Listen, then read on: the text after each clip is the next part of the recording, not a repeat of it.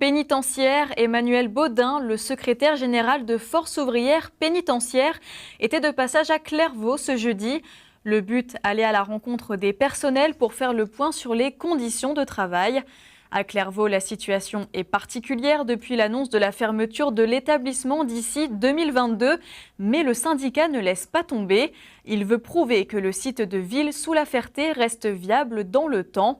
On l'écoute au micro de Fabrice Olivero.